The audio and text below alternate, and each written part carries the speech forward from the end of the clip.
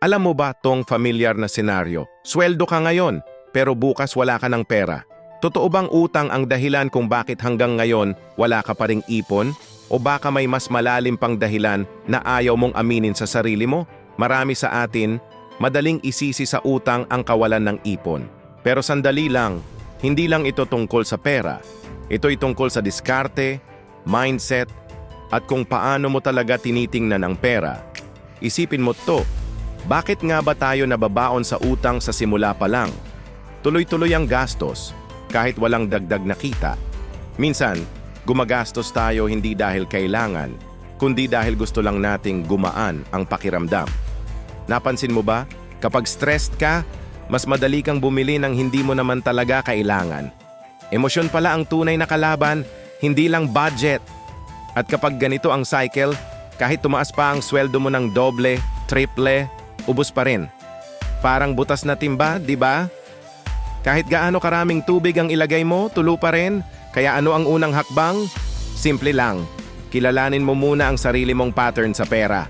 Tanungin mo ang sarili mo. Laging bang utang ang sagot kapag kapos? O ginagamit mo lang ba itong palusot sa hindi maayos na pagbabudget? May teknik ako na gusto kong ibahagi sa iyo. Tawag dito ay gastos audit. Ganito kasimple. Kumuha ka ng notebook tapos isulat mo lahat, as in lahat, ng pinagkakagastusan mo sa isang buwan. Walang labis, walang kulang.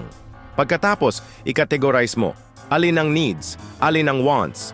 Magugulat ka sa makikita mo. Minsan, yung akala mong kailangan mo talaga, gusto mo lang pala. At yung mga maliliit na gastos, pag samasamahin mo, malaking halaga na pala. Mula doon, magtakda ka ng monthly target na ipon. Kahit 500 lang sa simula, okay lang yan. Mas importante ang consistency kaysa sa halaga. Kung may utang ka pa, pwede mong hatiin. 70% sa bayad utang, 30% sa ipon. Hindi perfect ang formula na to, pero mas maganda kaysa sa zero savings, di ba?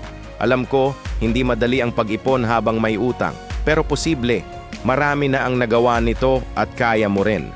Kailangan lang ng tamang sistema at disiplina. Sa susunod na video, mas detalyado nating pag-uusapan ang envelope system. Isang simple pero effective na paraan para makaipon kahit nasa minimum wage ka lang. Maraming low-income earners ang nagtagumpay gamit ang sistemang to. I-share mo sa comments kung ano dating dahilan mo kung bakit wala kang ipon. Walang judgment dito. Lahat tayo may pinagdaanan. Sabay nating baguhin yan, step by step. Kung nakatulong sa'yo tong video na to, i-like mo at i-share sa mga kaibigan mo na kailangan din tumarinig. I-subscribe ka na rin para sa mas marami pang financial tips na magagamit mo sa buhay. Salamat sa pakikinig at hanggang sa susunod.